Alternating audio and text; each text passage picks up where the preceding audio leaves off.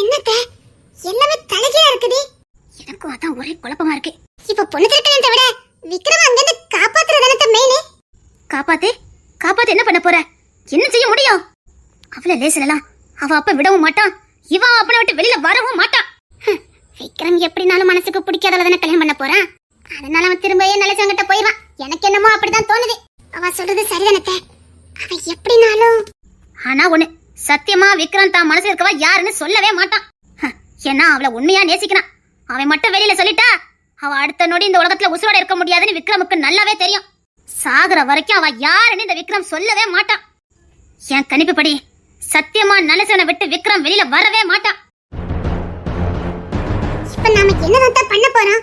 மாமியாரே, கஜேந்திரன் நல்லசன் கஷ்டத்துல இருக்கிற வரைக்கும் நாம எந்த பிளான போட்டாலும் ஒண்ணும் பண்ண முடியாது போலுக்க.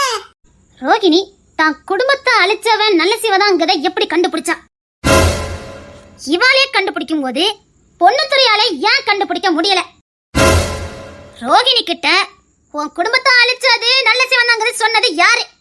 அவ வளப்பு தந்தன்னு சொல்றா. வாய்ப்பே இல்ல. இங்க இருக்கிற யாரோதான் அவகிட்ட சொல்லிருக்காங்க. எப்படி கண்டுபிடிச்சா ரோகிணி?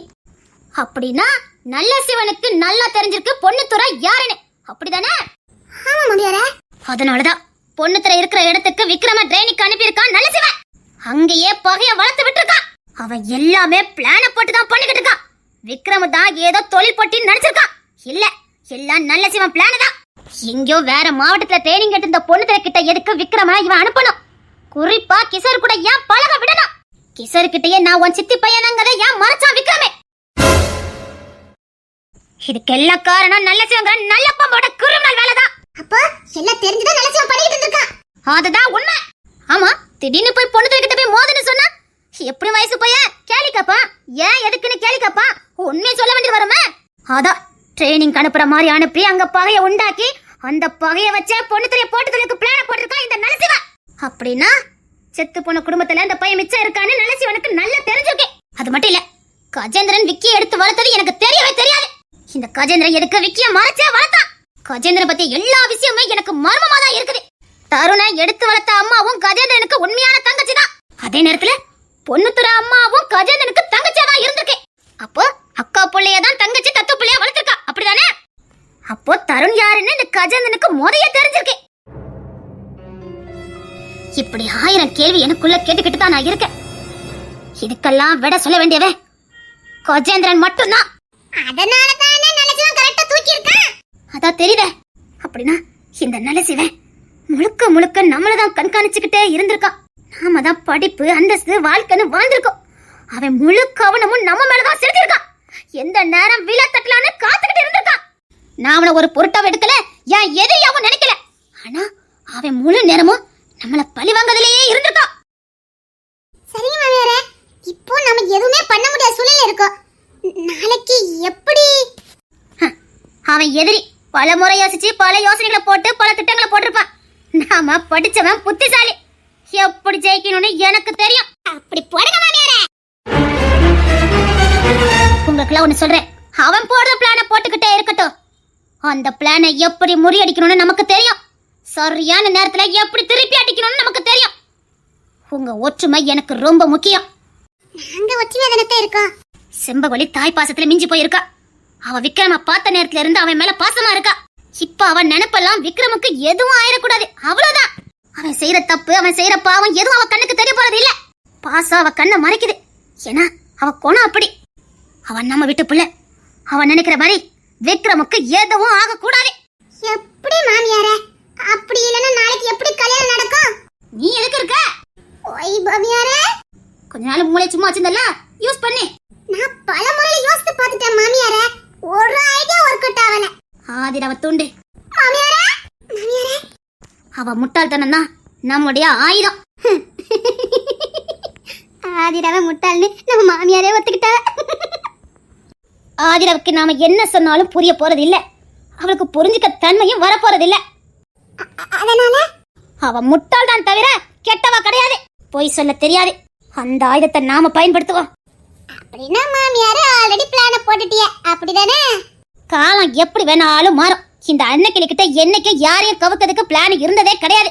அந்த நேரத்துல எப்படி இருக்கோ அதுக்கேத்த மாதிரி திருப்பி அடிப்பா இந்த அன்னைக்கிளி. எல்லாரும் மண்டபத்துக்கு போறேன்னு போய் சொல்லிட்டு இங்கதான் இருக்கோம். அவன் பொண்ணு தெரியலன்னா நம்ம எல்லாரும் மண்டபத்துல இருக்கன்னு நினைச்சிட்டு இருக்கோம். அவன் வீட்டை விட்டு கண்டிப்பா மண்டபத்துக்கு போக மாட்டான். அதனால பிரச்சனை இல்ல. ஏன்னா ஆதிரா வீட்டுல இருக்கல, அவளை விட்டுட்டு அவன் போக மாட்டான். இப்போ ஆதிராவும் பொண்ணு துறையும் தனிமையில தான் இருக்காங்க. இததான் நாம பயன்படுத்தணும். என்ன மாமியார சொல்றீங்க? இங்க பாருங்க, உங்களை மருமகளா நான் என்னைக்கு பார்த்ததில்ல. என்னுடைய சரீரமா நான் நினைக்கிறேன். அதனால உங்ககிட்ட நான் ஒரு உண்மையை சொல்ல போறேன்.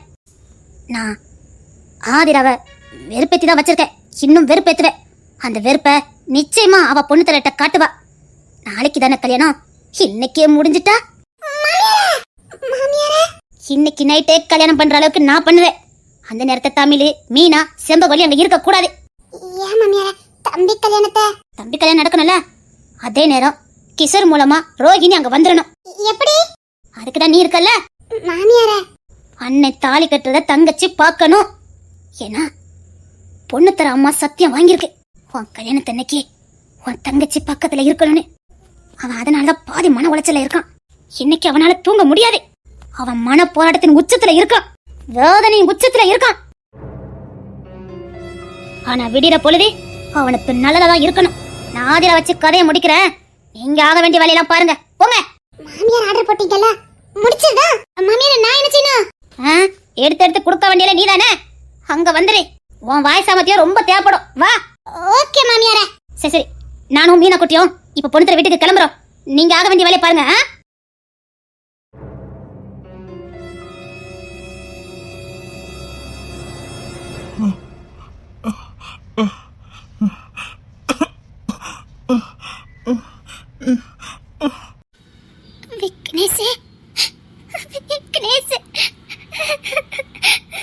விக்னேஷ்,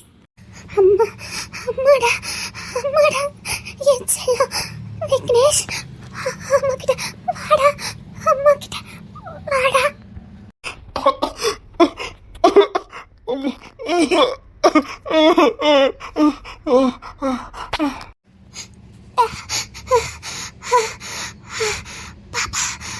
பாப்பா விட்டுறாதடா, பாப்பா காப்பாத்துடா. மாமா எல்லாரும் நம்மளை ஏமாத்திட்டாங்கடா, விட்டுறாதடா.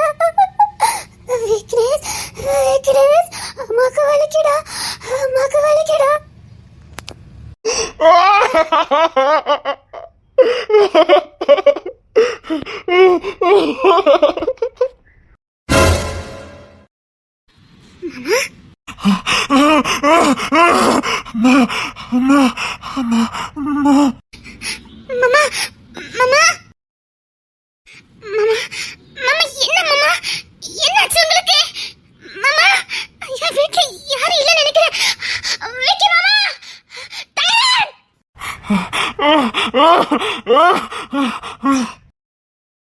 விக்னேஷ், அம்மா கிட்ட வாடா, வாடா.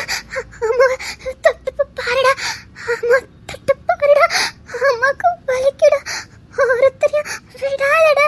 அம்மா பாப்பாவை விட்டுறாதடா, பாப்பாவை விட்டுறாதடா.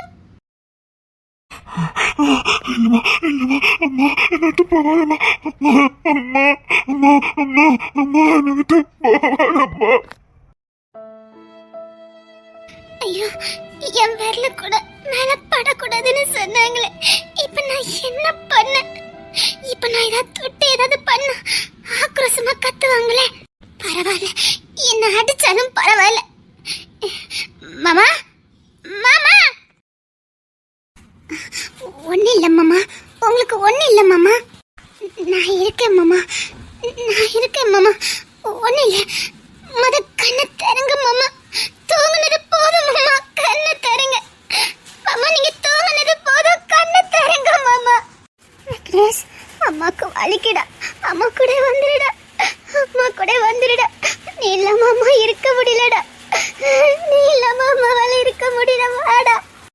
அம்மா பாருமா, வந்துட்டேம்மா, நான் வந்துட்டேம்மா. ஐயோ, என்னமோ நடக்க போகுது. இவங்களை என்னால கண்ட்ரோல் பண்ண முடியாது. இல்ல மாமா, ஐயோ மாமா, இங்க பாருங்க மாமா, என்ன பாருங்க மாமா. நான் வரேம்மா, நான் வந்துட்டேம்மா, நான் உங்க கூட வந்துடுறேம்மா. ஐயோ மாமா மாமா ஹலோ விக்கி மாமா விக்கி மாமா என்னதுடா, என்ன எந்த நேரத்துல போன் அடிச்சிருக்க? மாமா இவங்களுக்கு என்ன செய்யுதுன்னு தெரியல, கத்துறாங்க, எந்திரிச்சு போறதுக்கு நிக்கிறாங்க, என்னால கண்ட்ரோல் பண்ண முடியல மாமா, பயமா இருக்கு மாமா. என்னதுடா சொல்ற? சீக்கிரம் வாங்க மாமா.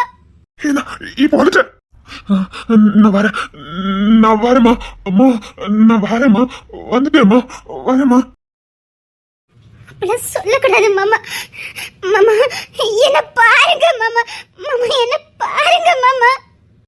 நான் போறேன். விக்கி மாமா சீக்கிரம் வாங்க மாமா. மாமா அது பக்கத்துல போக கூடாதுன்னு நீங்க தானே சொல்லுவீங்க, இப்ப நீங்களே போறீங்க. அதுக்கிட்ட போக கூடாது மாமா, நம்ம வீட்டுக்குள்ள போலாம், வாங்க மாமா. போறேன். அம்மா அம்மா அம்மா.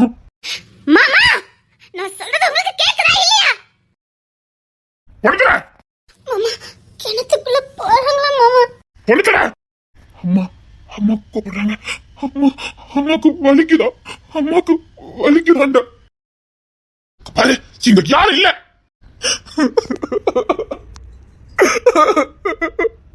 இல்லடா, அம்மா பார்த்தேன், அம்மா வழியில துடிக்கிறாங்கடா, நான் போய் காப்பாத்தணும்டா.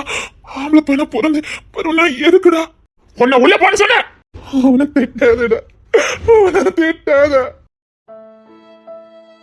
அங்கே நில்லுன்னு சொன்ன, வேண்டாம் பண்ண தர, வேண்டாண்டா. அங்க யாரும் இல்லடா, அங்க யாரும் இல்ல, உள்ள வாடா. நம்ம அம்மாடா, நம்ம அம்மா பார்த்தேன்டா, நம்புங்கடா. இல்லடா, நம்ம அம்மா இல்ல, நீ முத கண்ணை தரடா. கொண்டு தரா, அம்மாக்கு வலிக்குதான், நானும் போறேன்டா. அவனை தூக்கு. சரி வாடா, வா. என்ன விடுங்கடா, அம்மா பாவம், அம்மா கிட்ட போறேன்டா, அம்மாக்கு வலிக்குதான்டா. தூக்க, அவன் ஆக்ரோஷமா நிக்கிறான்டா. அதுக்கு பொழுதுடா, நிதானமாரு. நீங்களும் போங்கடா, நான் அம்மா கிட்ட போறேன். இப்ப அது என்ன பிரயோஜனம்? அவன் மனசை காயப்பட்டுட்டே இருந்தல்ல, அவன் பாப்பதான் முரட்டமா இருப்பான், மனசுலாம் குழந்தை தாயா இருப்ப நினைச்சேன். சரி பண்ண தர, உனக்கு ஒண்ணு இல்லடா, நீ கண்ணை திறந்து பாருடா. நான் தூக்கிட்டு போறேன். வேணடா, அம்மா கிட்ட போறேன்டா, அம்மாக்கு வலிக்குதாண்டா. பாப்பா வேணாமாண்டா. பாப்பா எங்கடா, நம்ம பாப்பா எங்கடா? அவனை தூக்கிட்டு போங்கடா. சரிங்கம்மா. பாப்பா வேணுமாண்டா, அம்மாக்கு பாப்பா வேணுமாண்டா. நம்ம தங்கச்சி எங்கடா, தங்கச்சி எங்கடா? உன்னை நம்பனே ஆதிரா, அவனுக்கு எல்லாமே இருப்பேன்னு நினைச்சனே ஆதிரா. அவரை விட்டு நான் எங்க போவேன்? ப்ளீஸ் ஆதிரா, அவனுக்கு எல்லாமா இரு ஆதிரா. அவன் காலில் விழுந்து கெஞ்சி கேட்கிற. எனக்கு தெரிஞ்சு ஆசைப்பட்டது நேசிச்சது உன்னை மட்டும்தான் ஆதிரா.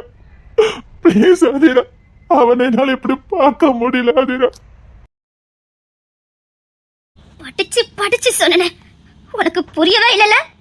தகப்பனை இழந்து தாய் தான் கண் முன்னாடியே தற்கொலை பண்ணதை பார்த்து அனாதையா வளர்ந்து பல அவமானங்களையும் துக்கங்களையும் வேதனைகளையும் சுமந்த ஒரு பையன் உன் வாழ்க்கையில வந்தான். அவனுக்கு நீ எப்படி இருந்திருக்கணும்? அவன் காயத்துக்கு மருந்தா இருப்பேன்னு நினைச்சேன். இப்படி அந்த காயத்துக்கு வினையே நீதான் வருவன்னு சத்தியமா எனக்கு தெரியாம போச்சு. அவனுக்குள்ள இருந்த காயத்தை இப்படி வேதனைப்படுத்தி வெளியே கொண்டு வந்துட்டியே. உன் கூட இருக்கிறதுக்கு பதில் சாவறதே மேலே நினைச்சிட்டானே. அவன் எந்த அளவுக்கு மனசுல பாதிக்கப்பட்டிருக்கான் பார்த்தல. எந்த அளவுக்கு பாதிக்கப்பட்டா இப்படிப்பட்ட கனவுகள் எல்லாம் வரும். தான் தாய்கிட்டே போற நிக்கிறானே. உன்னை தாயாதானே இருக்க சொன்னேன், பேயா மாயாத நிக்கிற. பொண்ணுனா என்னன்னு தெரியுமா? பாட்டி வாய மூடு. பொண்ணுனா பொறுமை, அடக்கம், தாய்மை குணம் எல்லாம் நிறைஞ்சிருக்கணும். அவதான் பொண்ணு. மனசுல பட்டதெல்லாம் பண்ணிக்கிட்டு தான் வச்சுக்கையா, வாழ்ற வாழ்க்கை நரகமா போயிடும். எல்லா காரியத்துக்கும் பொறுமையை கடைபிடிக்கணும். கல்யாணத்தை நிப்பாட்டதுக்கு என்னென்ன பண்ணணுமோ அத்தனை வேலையை பார்த்துட்டு தான் வந்திருக்க, அப்படிதானே? பாட்டி எல்லாத்தையும் விக்ரம் சொல்லிட்டான். நீ கல்யாணத்தை எப்படி நிப்பாட்டினங்கிற வேலையை பார்த்திருக்க. ஆனா அவன் தாயை இழந்து தகப்பனை இழந்து தம்பிமாரை இப்பதான் கண்டுபிடிச்சு வாழ்க்கையில புதுசா அடி எடுத்து வைக்க போறோமேனு பல கனவு பயம் திகிலோட வாழ்க்கைய தொடங்கிறதுக்கு காத்துக்கிட்டு இருக்கான். அந்த பயமும் திகிலும் அவன் இந்த நிலைக்கு தள்ளி இருக்கேன். நீ அசால்ட்ட கழுத நிப்பாட்ட நிலையெல்லாம் பாத்துட்டு இருக்க. ஆனா அவன் பயம் என்ன தெரியுமா? உன்னை எப்படிலாம் பாத்துக்கிடணும், நல்லபடியா நம்மளால பார்க்க முடியுமா, எந்த குறையும் இல்லாம பார்க்க முடியுமா, அவளை கஷ்டப்படுத்தாம நம்மளால பார்க்க முடியுமான்னு நினைச்சு நினைச்சு பயந்து பயந்து இந்த கனவு அவனுக்கு வந்திருக்கேன். கல்யாணம்னா நீ என்ன நினைச்சுக்கிட்டு இருக்க? தன்னை நம்பி ஒருத்தி வரப்போறா, தனக்குன்னு ஒரு குடும்பம் வரப்போது, அவங்கள நல்லபடியா நம்மளால பாதுகாக்க முடியுமா, நல்லபடியா பார்க்க முடியுமான்னு அவன் பயத்துல இருந்தான். அது ஒரு நல்ல ஆண்மகனுடைய பயம். தன்னை நம்பி வரவல கண் கலங்காம வச்சு பாதுகாக்கணுங்கிற பயம். அது நல்ல ஆம்பளைக்கு மட்டும் தான் வரும். அந்த பயம் இவனுக்கு வந்தது 2 நாளைக்கு முன்னாடி இந்த அவன் என்கிட்ட சொல்லிக்கிட்டு தான் இருக்கான். அதை அவளை நல்லபடியா பார்க்கணும், அவளை கண் கலங்காம பாத்துக்கணும்னு நினைக்கிறமான்னு என்கிட்ட சொல்லி புலம்பிக்கிட்டு தான் இருந்தான். எனக்கு பயமா இருக்குமா, கல்யாண வாழ்க்கை நினைச்சா எனக்கு பயமா இருக்கு. இப்பமே சண்டை போட்டுட்டு இருக்கா, கல்யாணத்துக்கு அப்புறமும் சண்டை போட்டுட்டே இருந்தா வாழ்க்கை என்னத்துக்குமா அம்மான்னு புள்ள பயந்துகிட்டு தாண்டி இருந்தான். நான் கூட நீ விளையாட்டு காரியமா தான் பண்ணிக்கிட்டு இருக்கேன்னு நினைச்சேன். விக்ரம பார்த்து பேச அளவுக்கு நீ பெரிய ஆளாயிட்டல நீ. ஐயோ பாட்டி, நீங்க தப்பு நினைக்கிறீங்க பாட்டி. நீ விக்ரமட்ட பேச போனது, விக்ரமன்ட்ட பேசுறது எல்லாம் பொண்ணு துறைக்கு தெரியும். ஐயோ பாட்டி, நீங்க தப்பா நினைச்சிட்டு இருக்கீங்க பாட்டி. என்ன உளறிட்டு இருக்க? ஐயோ பாட்டி, நான் விக்ரம பார்க்க போகல. பார்க்க போகும்போது அவன்கிட்ட பேசிட்டு வந்தியா? நான் பேசல, சண்டை தான் போட்டேன். பொண்ணு தர மாமா எனக்கு ரொம்ப பிடிக்கும். அவங்கள விட்டுட்டு என்னால இருக்க முடியாது. நான் இருக்க முடியும் நினைச்சேன். ஆனா 1/2 மணி நேரம் கூட மாமா பிரிஞ்சு இருக்க முடியாதுன்னு எனக்கு தெரிஞ்சு போச்சு. அதனால நான் அப்பா பார்த்து தயவுசெய்து என் புருஷன் கண்ணில் மட்டும் பற்றாதீங்கன்னு சொல்லதுக்காக தான் அப்பா பார்க்கறதுக்கு போனேன் பாட்டி. அப்பா மட்டும் பார்த்தாருன்னா சத்தியமா பொண்ணு தர மாமா என்ன வெறுத்துருவாரு. அதுக்குதான் சாகுற வரைக்கும் எங்க கண்ணில் பற்றாதீங்கன்னு அப்பாட்ட சொல்லதுக்கு தான் பாட்டி நான் போனேன். இன்னொன்னு, மாமா மனசுல இருக்க பகை உணர்வை போக்கணும்னா என் அப்பா காலத்துக்கு மாமா கண்ணு முன்னாடியே வரக்கூடாது. அதுக்கு தான் பாட்டி சொல்ல போனேன். என்ன உளறிட்டு இருக்க? அப்படின்னா உன் அப்பா இருக்கிறது உனக்கு தெரியும் அப்படிதானே? உங்க அப்பா இருக்கிறது உனக்கு தெரியும் அப்படிதானே? தெரியாது பாட்டி, ஆனா குத்து மதிப்பாதான் கெஸ் பண்ணி போனேன். அங்கதான் இருக்கணும்னு நினைச்சுதான் போனேன். போன மாதிரியே அப்பதான் இந்த விக்ரமும்